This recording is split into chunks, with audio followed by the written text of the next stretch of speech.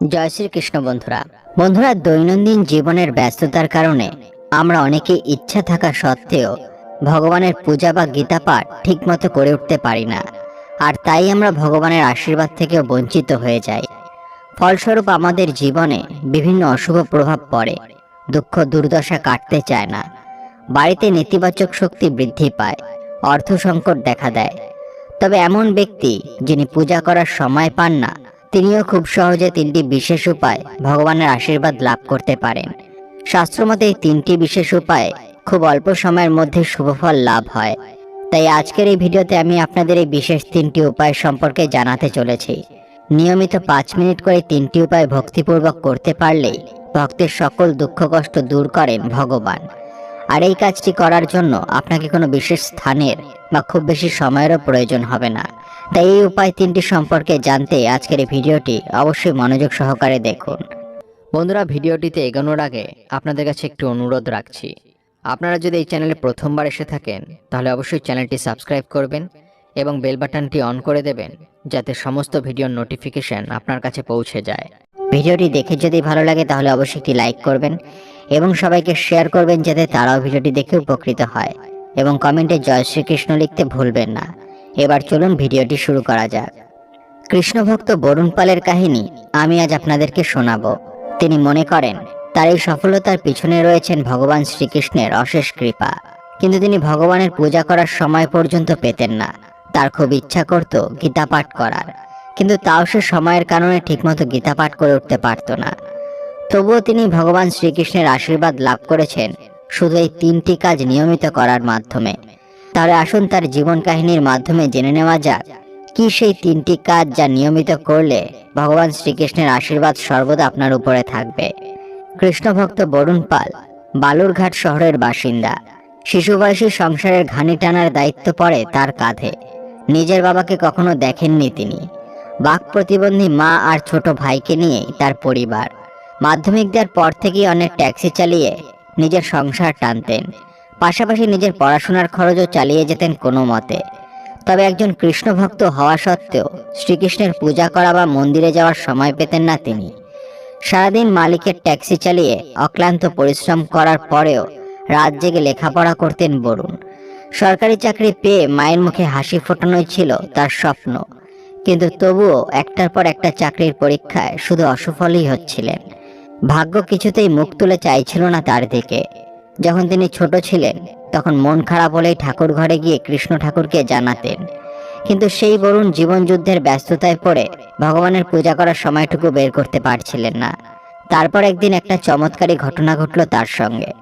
সারাদিন মালিকের ট্যাক্সি চালিয়ে ক্লান্ত হয়ে বাড়ি ফেরার পর তিনি বুঝতে পারলেন জ্বরে তার গা পুড়ে যাচ্ছে। সেদিন রাতে তিনি আর পড়াশোনা করতে পারলেন না। খাটে শুয়ে জ্বরে কাতরাতে কাতরাতে সারাদিনের ক্লান্তির কারণে হঠাৎ ঘুমিয়ে পড়লেন। তারপরে গভীর ঘুমে বন্ধ চোখের পাতায় তিনি স্পষ্ট এক আলোকিত সত্তাকে দেখতে পেলেন নিজের স্বপ্নে। আলোকিত সেই সত্তা তাকে তিনটি শব্দ বলে প্রচণ্ড আলোয় অদৃশ্য হয়ে গেলেন। সেই শব্দ তিনটি ছিল শরণং মরণং ধ্যানং। পরের দিন সকালে ঘুম থেকে উঠে বরুণ দেখলেন তার জ্বর কমে গেছে, কিন্তু তিনি সেদিন আর কাজে যাননি। গেছিলেন সুপরিচিত গোবিন্দ ভট্টাচার্যের বাড়িতে। তিনি পেশায় একজন পুরোহিত, কারণ বরুণের মনে হয়েছিল গতকাল রাতের সেই স্বপ্নের পিছনে নিশ্চয়ই কোনো অর্থ লুকিয়ে আছে। তাই গোবিন্দবাবুকে বরুণ সমস্ত কিছু খুলে বলল। সব শুনে গোবিন্দবাবু বললেন, তোমার স্বপ্নে তুমি যাকে দেখেছ তিনি স্বয়ং পরমেশ্বর ভগবান। তোমার কর্ম ভালো বরুণ, তুমি কারোর কোনো ক্ষতি করনি, তাই তুমি স্বপ্নে ভগবানের দর্শন লাভ করেছ। এবং শুধু তাই নয়, তোমাকে তিনি এই তিনটি শব্দের মাধ্যমে একটি নির্দেশও দিয়েছেন। এই তিনটি শব্দের শাস্ত্রে বিশেষ উল্লেখ আছে। শরণং অর্থাৎ সর্বক্ষণ চলতে ফিরতেই যখনই সময় পাবে ভগবান শ্রীকৃষ্ণকে স্মরণ করবে।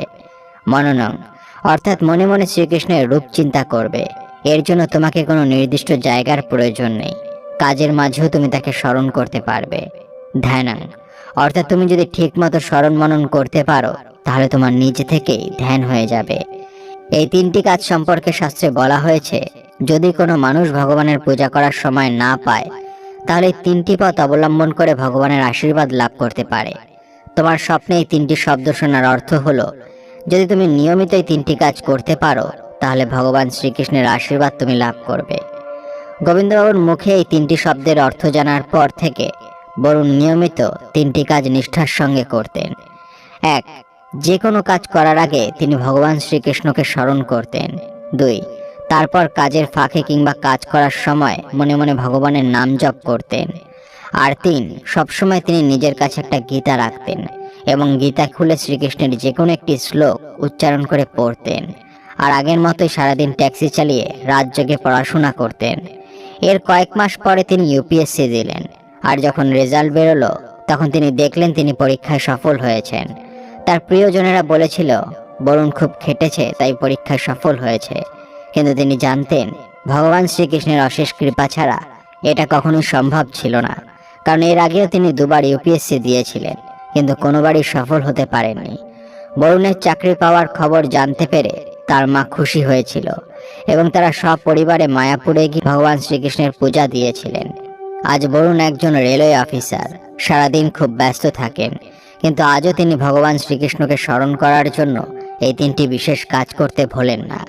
বন্ধুরা, অনেকেই দৈনন্দিন কাজের চাপে পূজা করতে পারে না, গীতা পাঠ করতে পারে না, তাই এই 3টি বিশেষ কাজ করতে পারলে সকল দুঃখ কষ্ট থেকে মুক্তি পাবে, আটকে থাকা কাজ সম্পূর্ণ হবে।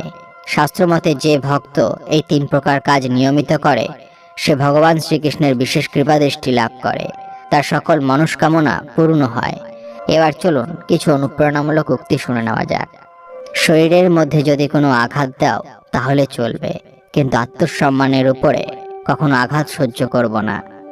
তাকে বারবার বিশ্বাস করবেন না যে দিনের পর দিন মিথ্যা কথা বলেছে। নিজে থেকে কারোর প্রতি অতিরিক্ত ভালো লাগা প্রকাশ করবেন না, কারণ এই সুযোগে সে আপনাকে অবহেলা করতে থাকবে। তার প্রতি উদাসীন হবেন যে আপনার প্রতি আগ্রহী নয়। তার সাথে কখনো কথা বলবেন না যে আপনার কথা শুনতে চায় না। পরিস্থিতি যেমনই হোক না কেন বারবার আপনি সরি বলবেন না, এতে করে অপরাধী তার নিজের ভুল বুঝতেই পারবে না। মনে রাখবেন যে আপনাকে প্রকৃত অর্থেই ভালোবাসে যে সে কখনোই আপনাকে ছেড়ে যাবে না, আর যে ছেড়ে চলে গেছে সে কখনোই ভালোবাসেনি। সত্যি ভাগ্যটাও আজব, যাকে পাওয়া সম্ভব না তাকেই যেন সবচেয়ে বেশি ভালোবাসে মন। তার কাছে আপনার অনুভূতি প্রকাশ করবেন না যে তার যথাযথ মূল্যায়ন করতে পারবে না। তার জন্য সবসময় ফ্রি থাকবেন না যে দিনের পর দিন আপনাকে অপেক্ষা করিয়েছে। যদি মনে হয় তুমি সবকিছু হারিয়ে ফেলেছ, তবে মনে রেখো গাছেরা প্রতি বছর তাদের পাতা হারায়, তবুও দাঁড়িয়ে থাকে আগামী শুভ দিনের অপেক্ষায়। পশুকে পশু হওয়ার জন্য চেষ্টা করতে হয় না, কিন্তু মানুষকে পশু হওয়ার জন্য চেষ্টা করতে হয়। হাসপাতালে একদিকে লাশ বের হচ্ছে, অন্যদিকে মিষ্টির প্যাকেট ঢুকছে। কেউ শ্মশানের উদ্দেশ্যে যাচ্ছে, আবার কেউ নতুন দোলনায় দুলছে। এটাই দুনিয়া। অতিরিক্ত সুন্দর কাউকে ভালোবাসবেন না, কারণ সে প্রতিনিয়ত আপনাকে হেয় প্রতিপন্ন করবে। এটাই বাস্তব। সেই মানুষটাও বারবার কাছে আসতে চেয়ে বিরক্তির কারণ হয়ে নিজেকে একসময় গুটিয়ে নেয় তোমার কাছ থেকে। এই সময়টাই বড্ড ভুল সময়। চুম্বকেরও একটা নির্দিষ্ট সীমানা থাকে যেটুকুতে সে কাছে টানে। এই সীমানার বাইরে চলে গেলে ফিরে আসার আর সুযোগ হয় না। সে সুযোগ হয়তো টেনে নেয় অন্য কেউ। সেই টানটাই বা কদিনের, একদিন আবার সেই সাদামাটা, তাই তো? কিছু জিনিস কখনো পুরনো হয় না, তেমনি কিছু মানুষও কখনো পুরনো হয় না। মায়ের সাথে 5 মিনিট হাসলে পৃথিবীর সকল ডিপ্রেশন কেটে যায়। নিজের মূল্য বুঝতে শেখো, না হলে যে কেউ তোমাকে ব্যবহার করে ছুঁড়ে ফেলে দেবে। ভালোবাসা কখনো শেষ হয়ে যায় না, শেষ হয়ে যায় সময়, আর বদলে যায় মানুষ। বন্ধুরা, ভিডিওটি দেখে যদি ভালো লাগে তাহলে অবশ্যই একটি লাইক করবেন এবং সবাইকে শেয়ার করবেন যাতে তারাও ভিডিওটি দেখে উপকৃত হয়।